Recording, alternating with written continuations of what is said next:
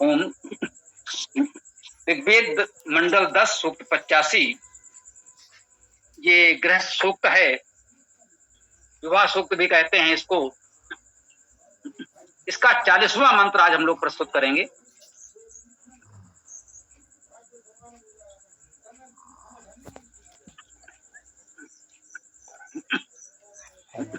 ओम सोमः प्रथमो विविदे गंधर्वो विविदे उत्तरः तृतीया अग्नि ते पति तुरिया ते मनुष्यजा। सुंदर बात कही गई है। वास्तव में ऐसे प्रकरण आते हैं तो मैं अपनी भावना को रोक नहीं पाता। वेद वास्तव में बाकी जो कुछ है वो है, हमारा प्राचीनतम ग्रंथ है, हमारे वैदिक धर्म संस्कृत का मूल आधार है, सर्वश्रेष्ठ धर्म ग्रंथ है, सर्वश्रेष्ठ शास्त्र है, ये सारी बातें महत्वपूर्ण है।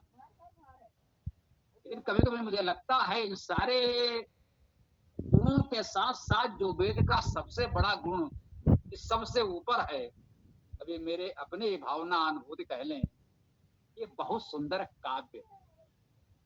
विश्व का प्राचीनतम ग्रंथ है, विश्व का प्राचीनतम काव्य है। जो काव्य का आनंद ले सके, मुझे लगता है वेद उसका है मुख्य रूप से। बाकी तो अधिकांश लोग तो शास्त्रार्थ के लिए थोड़ा बहुत वेद पढ़ लेते हैं,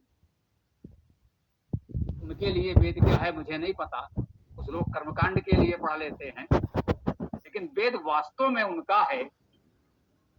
इसको काव्य के रूप में काव्य का आनंद लेने के लिए पढ़ पाते हैं। क्या कह रहे हैं? सोमा प्रथमो विविदे, ठीक है ना। सोमा अर्थात सोमने, ठीक है ना। ये सोम कर्ता कारक प्रथमा विभक्त एक वचन है। सोमा प्रथमा, प्रथमा भी कर्ता कारक एक वचन है, प्रथमा विभक्ति है। सोमा प्रथमा विविदे, विविदे का अर्थ है प्राप्त किया या जाना। देखिए विद धातु है, इसको थोड़ा समझना पड़ेगा, आप लोग ध्यान से देखिएगा। विविदे में विद धातु है, ये तो दिख रही है, ठीक है। विविदे को साधारण लोग, इनको संस्कृत का एक प्रारंभिक परिचय है, ऐसा भी कह सकते हैं भाई वी जो है ये उपसर्ग है, विशेष योग जो भी कह लें, विज्ञान आदि कहते हैं, तो वी जो है उपसर्ग होता है विशेष के अर्थ में, कह सकते हैं। लेकिन जिन्होंने थोड़ा सा व्याकरण को और गंभीरता से पढ़ा है वे आपको बता सकते हैं नहीं ये वी जो है ये यहाँ उपसर्ग नहीं है, ये अभ्यास है। एक नया शब्द आ गया, ये अभ्यास क्या होता है? अभ्यास का अर्थ यूं समझ ले दोहराना। एक अक्षर को 2 बार ले आते हैं तो उसे अभ्यास कहते हैं। अब अभ्यास में क्या करते हैं? किसी बात को बार बार दोहराते हैं, कहते भाई गणित का अभ्यास करो, व्याकरण का अभ्यास करो, तो अभ्यास का यही तो भाव है कि भाई उसको दोहराओ, पढ़ो और समझो। एक बार में नहीं समझ में आता है तो अभ्यास करो, दोहराओ। तो अभ्यास का अर्थ दोहराने से है। व्याकरण में ये एक पारिभाषिक शब्द है अभ्यास। तो ये अभ्यास है। जैसे पठ का अर्थ पढ़ना है, पपाठ अर्थात पढ़ा, पा को दोहरा दिया।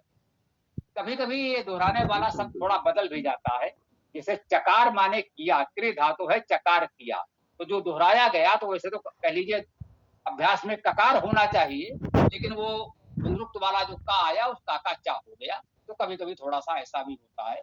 जैसे हु धातु है हवन करना, तो वो कहते हैं जुहोति, हवन करता है, दान करता है, तो वो हा का यहाँ जा भी आया है। तो व्याकरणाचार्य उसको अलग अलग तरीके से समझाएंगे। कोई कहेगा नहीं अभ्यास नहीं है, पढ़ने के सूत्र से ये है कि जुहोत्यादि गण की धातु है, उसमें इस तरह से ऐसा नहीं ऐसा होता है। तो उन व्याकरणाचार्यों को अपनी योग्यता, विद्वता और शास्त्रार्थ करने दीजिए। साधारण भाव से समझ लें कि अभ्यास होता है वो अलग अलग नियमों से, अलग अलग धातुओं में, अलग अलग पदों क्रियाओं में आपको अलग अलग रूप में थोड़ा बहुत अंतर करके मिलेगा। ये हम साधारण भाषा में बता रहे हैं, अष्टाध्यायी महाभारत की शब्दावली में नहीं, क्योंकि साधारण लोगों के समझ में वो ना आएगा। तो जिन्होंने उसको गुरुकुल में पढ़ा है उनके लिए तो ठीक है, साधारण लोगों के लिए वो थोड़ा ध्रुव हो सकता है। विविधे अर्थात जाना या प्राप्त किया। देखिए वेद धातु का अर्थ जानना तो सब लोग जानते ही हैं, इसी वेद धातु से वेद बनता है।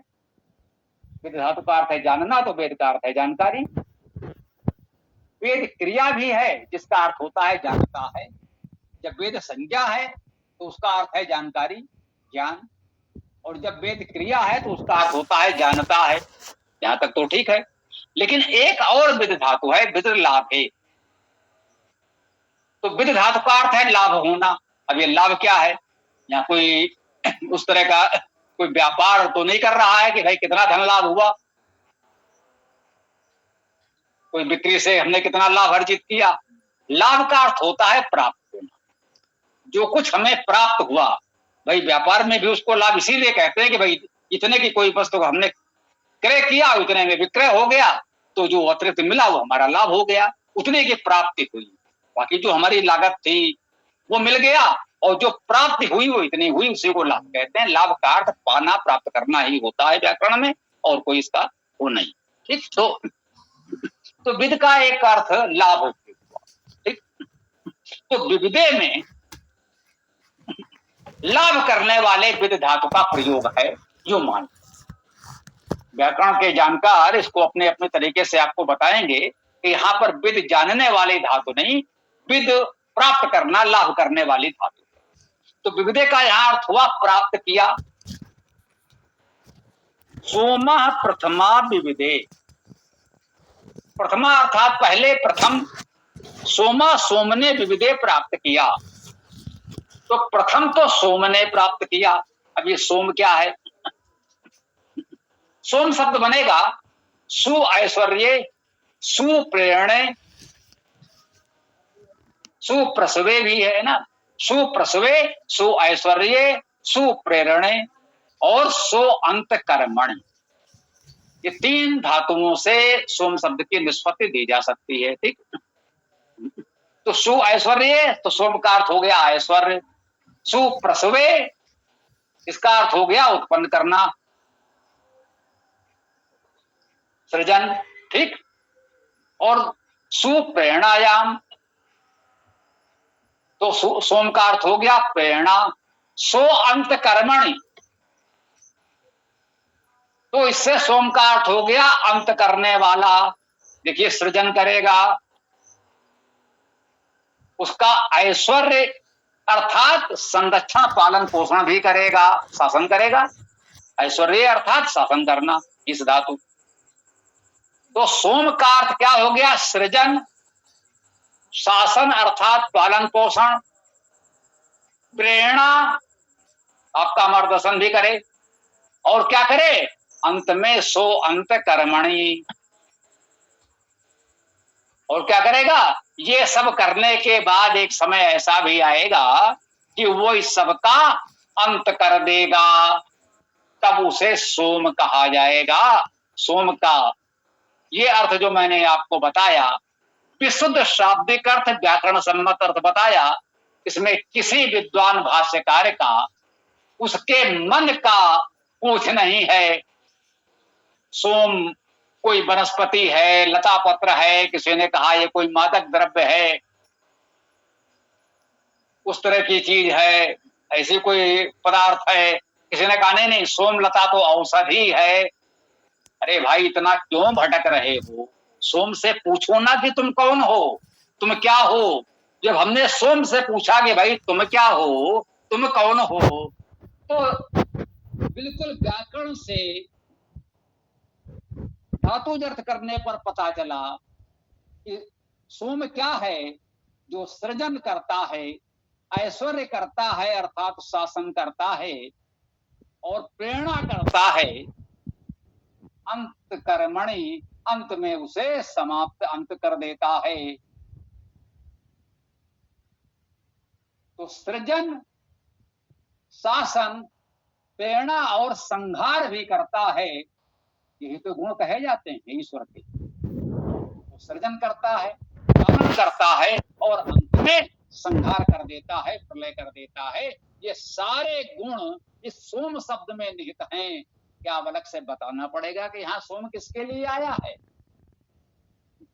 इस पर समझ लें कि वेद में सोम शब्द जहां भी आया है, मैं पूरे विश्वास के साथ पूरी गंभीरता से कह रहा हूं, यदि किसी को वैदिक भाषा के व्याकरण की थोड़ी सी समझ है और वो किसी अन्य के विचार इसमें थोपने का प्रयास न करे, तो सोम का शाब्दिक अर्थ सृजन, ऐश्वर्य, प्रेरणा और अंत करना है। ये गुण केवल और केवल परमेश्वर में हैं। इतने सारे कार्य कोई व्यक्ति तो करने से रहा, कोई पदार्थ तो करने से रहा, कोई लता पत्र तो करने से रहा।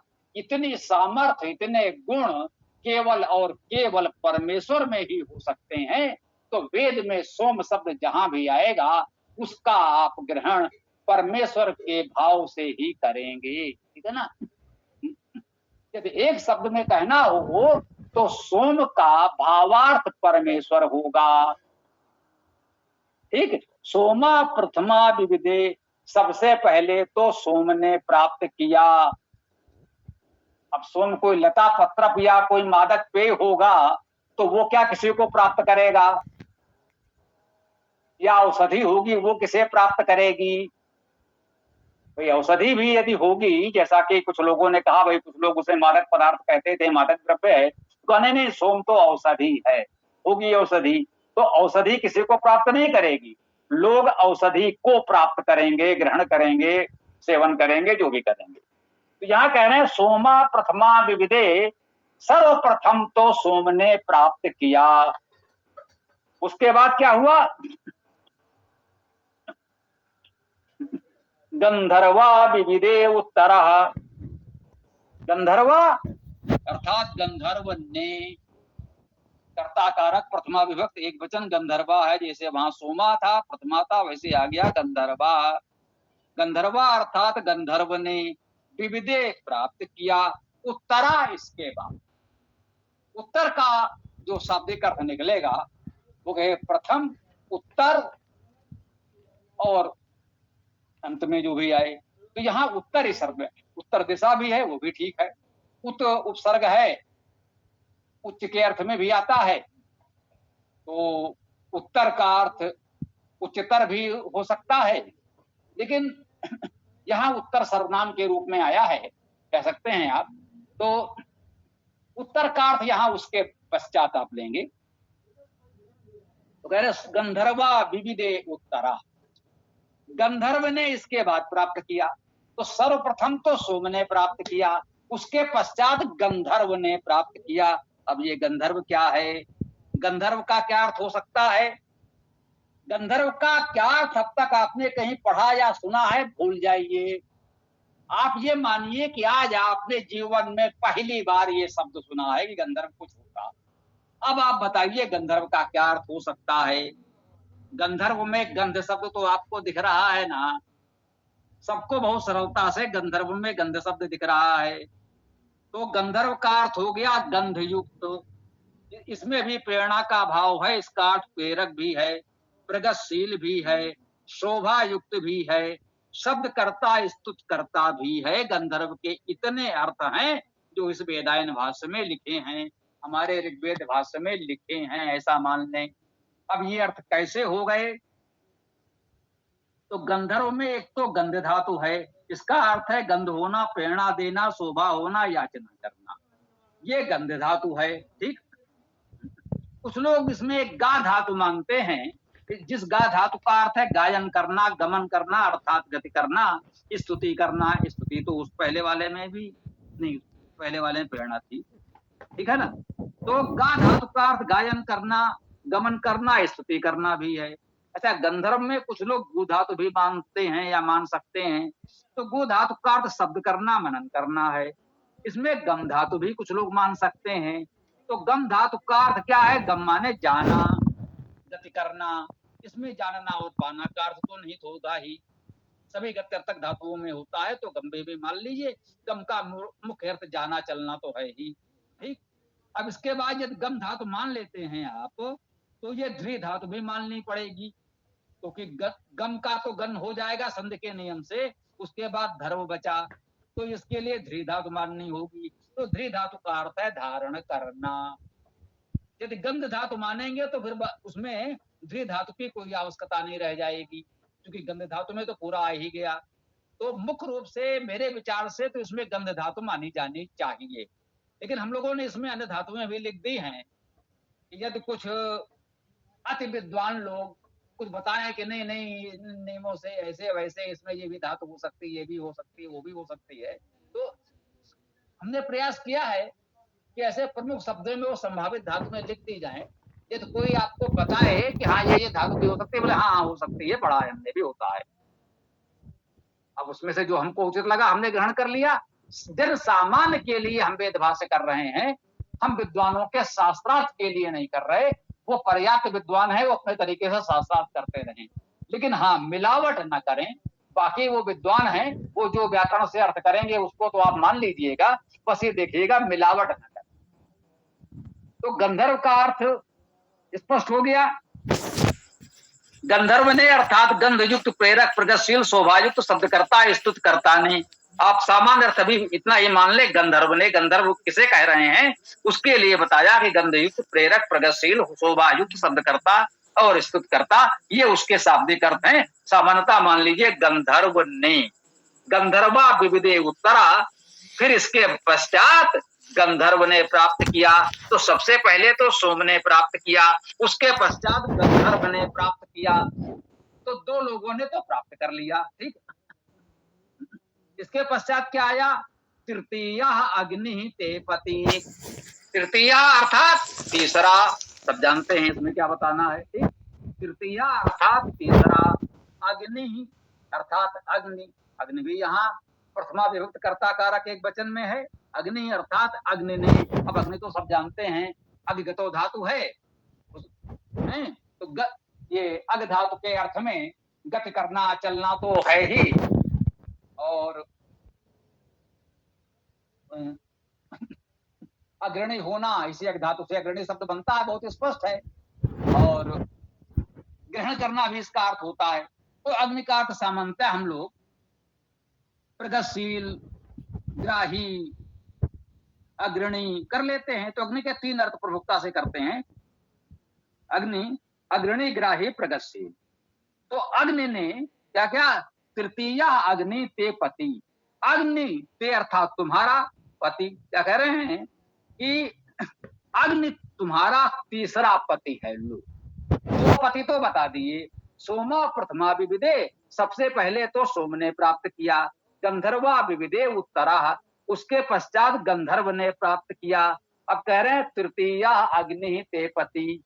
अग्नि अर्थात अग्रणी, प्रगतिशील, ग्राही गुणों से युक्त जो है, उसने, वो तुम्हारा तीसरा पति है। तीन पति हो गए। तो आप कहेंगे भैया तीन पति हो गए, अभी विराम नहीं है, आगे भी है। तृतीय अग्नि ते पति, अग्नि तो तुम्हारा तीसरा पति है। तुरिया ते मनुष्य जा। तुरिया का अर्थ चौथा होता है, जान लीजिए। तुरी, यद्यप तुरी शब्द के अलग अलग तरीके से अलग अलग विषयों में अलग अलग अर्थ होते हैं, लेकिन ये जान लीजिए कि सामान्यतः एक संख्यावाची सर्वनाम शब्द तुरी है, इसका अर्थ चौथा होता है। इस मंत्र का भाष्य करते समय सभी विद्वानों ने इसका अर्थ चौथा ही किया है, कोई भ्रम में नहीं पड़ना है कि अलग अलग विषयों में तुरी के दूसरे अर्थ होते होंगे, लेकिन यहाँ पर चूंकि पहले कह रहे हैं प्रथमा, उत्तरा अर्थात दूसरा, उसके पश्चात तृतीया कही दिया स्पष्ट, तृतीय अग्नि ते पति। तो तुरिया का अर्थ चतुर्थ, चौथा, ते अर्थात तुम्हारा, मनुष्य जा। मनुष्य जा अर्थात मनुष्य से उत्पन्न। ठीक। तो यहां पर क्या बता दिए कि तुम्हारे चार पति तो,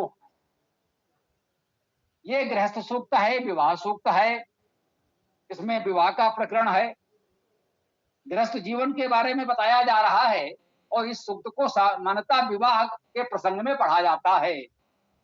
तो अब ये समझ लीजिए आचार्य या उसके माता पिता, ठीक है ना, जो मान लीजिए कि वर और कन्या के माता पिता कह रहे हैं, या जो पुरोहित आचार्य विवाह संपन्न करा रहा है वो कह रहा है, क्या कह रहे हैं कि सोमा प्रथमा विविदे, तुमको सबसे पहले सोम ने प्राप्त किया, गंधर्वा विविदे उत्तरा, उसके पश्चात गंधर्व ने प्राप्त किया, तृतीय अग्नि ते पति, तुम्हारा तीसरा पति तो अग्नि है, तुरीया ते मनुष्य जा, ये मनुष्य से उत्पन्न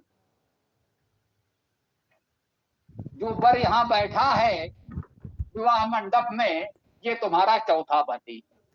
ठीक, आज किसी का विवाह हो रहा हो और जाकर उस वर से कहें, उस वर वधू के सामने कोई उसके समझ जाकर कहे कि हे कन्या ये तुम्हारा चौथा पति है, तो विवाह में क्या होगा जरा अनुमान करें।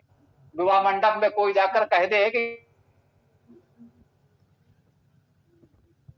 तो पूरा का पूरा विवाह मंडप तो वहीं उजड़ जाएगा।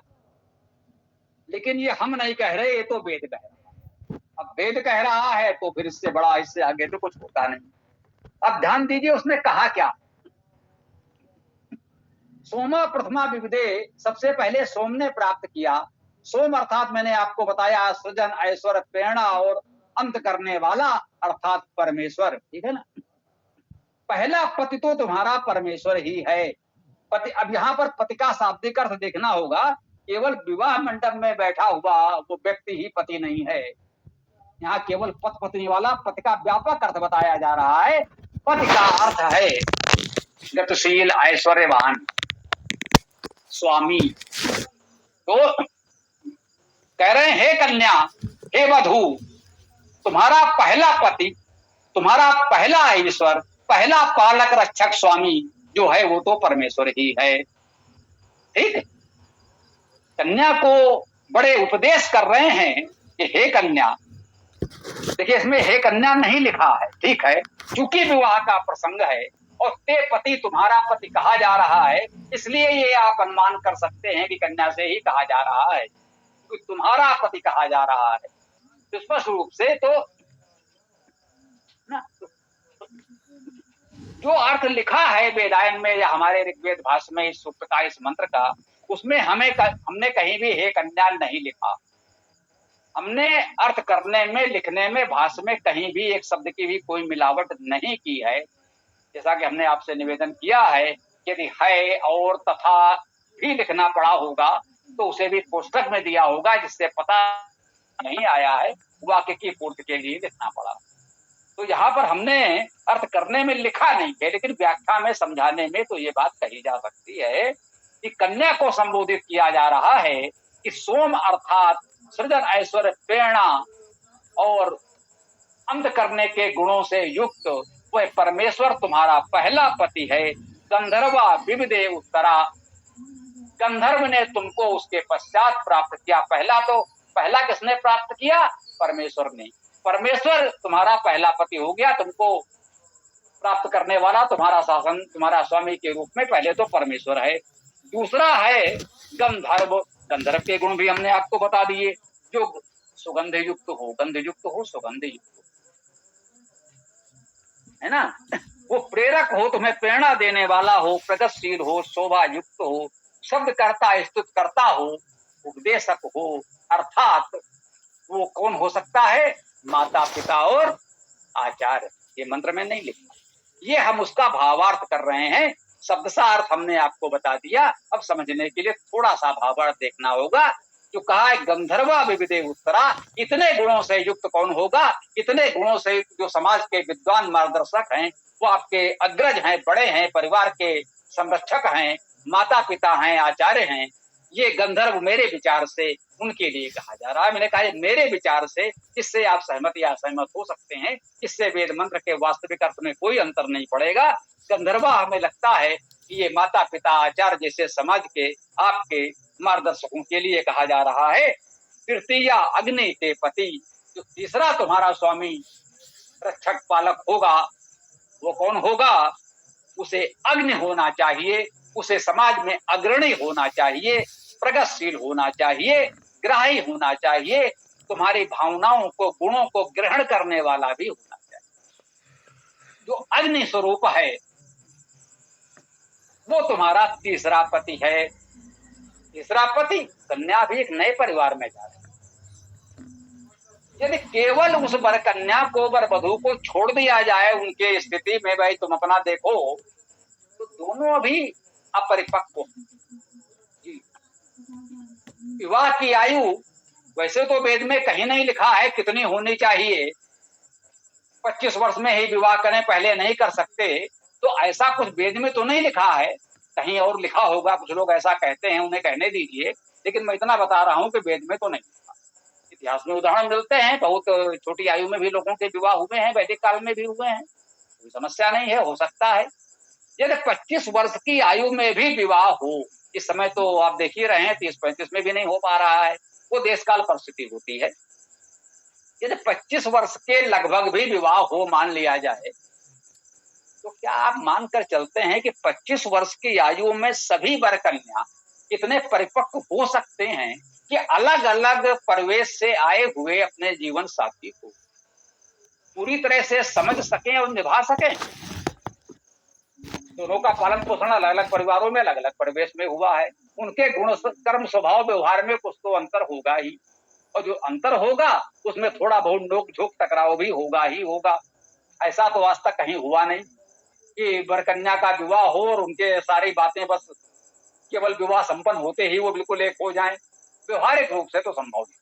आप उन्हें एक साथ रहने के लिए तो कह सकते हैं कि भाई आज से आप एक साथ रहेंगे, आपको एक कक्ष अलग से दे दिया गया, एक कक्ष आपका, आप यहाँ रहो, लेकिन वो मन विचार से एक हो जाएंगे पहले दिन से, ये संभव नहीं, बहुत समय लगता है एक दूसरे को समझने जानने। इसलिए कह रहे हैं अग्नि, जो आप नए परिवार में जा रहे हैं, वहां के जो संरक्षक हैं, अग्नि मुझे लगता है वर के माता पिता के लिए कहा जा सकता है, भी तो कन्या पक्ष के लिए कहा गया गंधर्व। अब माने कि वो भी आपके बड़े हैं, अग्रणी हैं, वे भी आपके पालक रक्षक हैं, वे भी आपके गुणग्राही हैं, और उनको होना चाहिए। कन्या है, दूसरे घर से आई है, तो उसके गुणों का ग्रहण करें, उसकी आवश्यकताओं का ग्रहण करें, उसकी भावनाओं का ग्रहण करें, तो आपके घुल मिल सके, ये आवश्यक हो जाएगा। धीरे धीरे प्रयास करेंगे तो ये अवश्य हो जाएगा। हम जानते हैं, हमारे परिवारों में भी अनुभव हुआ है। सबसे बड़ी दीदी की स्थिति थी, गए वहां, नई वधू है, लेकिन घर सब बैठ के साथ में खेल रहे हैं, सास ससुर और सब लोग, वो भी देखा, और उसके बाद आए दिन मालूम पड़ा कि दो उनका झगड़ा हो रहा है, यानी कहां कहां तक बढ़ गया। घंटे 2 घंटे लड़े, और उसके बाद कहने का चलो बहुत हो गया, चलो बैठ के खाओ, चलो आओ सब खाने पे। सास ने, ससुर ने, मम्मी ने, पापा जो भी कह लीजिए, दोनों को डांट दिया, क्योंकि घर में सास ससुर सब बड़े हैं। घंटे 2 घंटे ये लोग लड़ रहे हैं, कोई नहीं बीच में बोलता है, ठीक है बच्चे हैं, लड़ के ठीक हो जाएंगे। जब बहुत हो गया, बोले चलो बहुत हो गया, अब तो हो जाओ, चलो बैठो इधर। दोनों बिल्कुल एक चुप, सर झुका के बैठ गए। घर में बड़े हैं, प्यार से, अपनेपन के अधिकार से दोनों को डांट दिया, चलो बहुत हो गया, वो लड़ दिया, चलो बैठो, सब साथ हो। तो ये अग्नि का तेज और सबके गुण स्वभाव को, उसकी आवश्यकताओं को ग्रहण करने वाला भाव यदि परिवार के सास ससुर में हो, बहू के प्रति ये भावना हो, तो निश्चित रूप से वो गृहस्थ जीवन अच्छा चलेगा। दोनों को भी धीरे धीरे तालमेल हो जाएगा। जब तालमेल हो जाएगा तो ऐसा भी हो जाता है कि फिर ये कहते हैं भैया पत्नी तो एक हो गए और माता पिता ही हो सकता है कुछ समय बाद किनारे लगने लगे, तो वो नहीं होना चाहिए, अलग विषय है। लेकिन प्रारंभ में तो यही होता है कि माता पिता 1-2 वर्ष तक उनको संरक्षण न करें, थोड़ा सा प्यार से, दुलार से, कभी अवस्था पड़े थोड़ा कठोरता से, तब तो बात बिगड़ भी सकती है। पति के तीसरा पति है जो तुम्हारा स्वामी है, पालक रक्षक संरक्षक है, तो बोले तुरिया ते मनुष्य जा, कि जिस वर के साथ, जिस पुरुष के साथ ये तुम्हारा आज विवाह संपन्न हो रहा है औपचारिक रूप से, ये चौथा पति है। ये ध्यान रखो, इसके पहले 3 और हैं जो तुम्हारे स्वामी हैं, पालक रक्षक हैं, वो तुम्हारे पालन करता है, उनका ध्यान इनसे पहले रखना। ये मान के चलो ये चौथा है, 3 इनसे पहले हैं, 3 इनसे ऊपर हैं।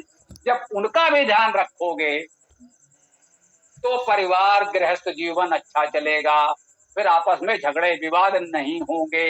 ये मत मान के चलो कि बस हम 2 हैं एक दूसरे के लिए, एक दूसरे से ही लड़ झगड़ के हमें जीवन बिताना है ना। ये तो चौथा है, 3 पहले हैं, उन 3 को पहले निभाना। और जब वो 3 को पहले निभाएंगे, बोले चलो तुम बैठो किनारे, कभी झगड़ा नहीं होगा। वेद इतना सुंदर मार्गदर्शन दे रहा है, उसको हमें देखना होगा। आइए संक्षेप में जो इसमें भावार्थ लिखा है पढ़ देते हैं और इस चर्चा को विराम देंगे। चित्र दिखा रहे हैं, लिखा हुआ है, अच्छी बात है। भावार्थ, सोम ने प्रथम प्राप्त किया, गंधर्व ने उत्तर अर्थात उच्चतर तथा उसके पश्चात प्राप्त किया। अग्नि तुम्हारा तृतीय पति है तथा मनुष्य से उत्पन्न अर्थात मनुष्य रूप में उत्पन्न ये तुम्हारा चतुर्थ पति है, चौथा पति है।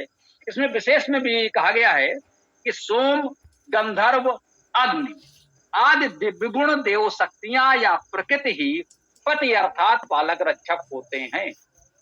मुख्य रूप से तो यही आपके पालक रक्षक होते हैं। मनुष्य रूप में पति को चतुर्थ कहा गया है। इसमें दिव्य गुणों का महत्व तथा प्रत्यक्ष संरक्षण का संदेश भी निहित है।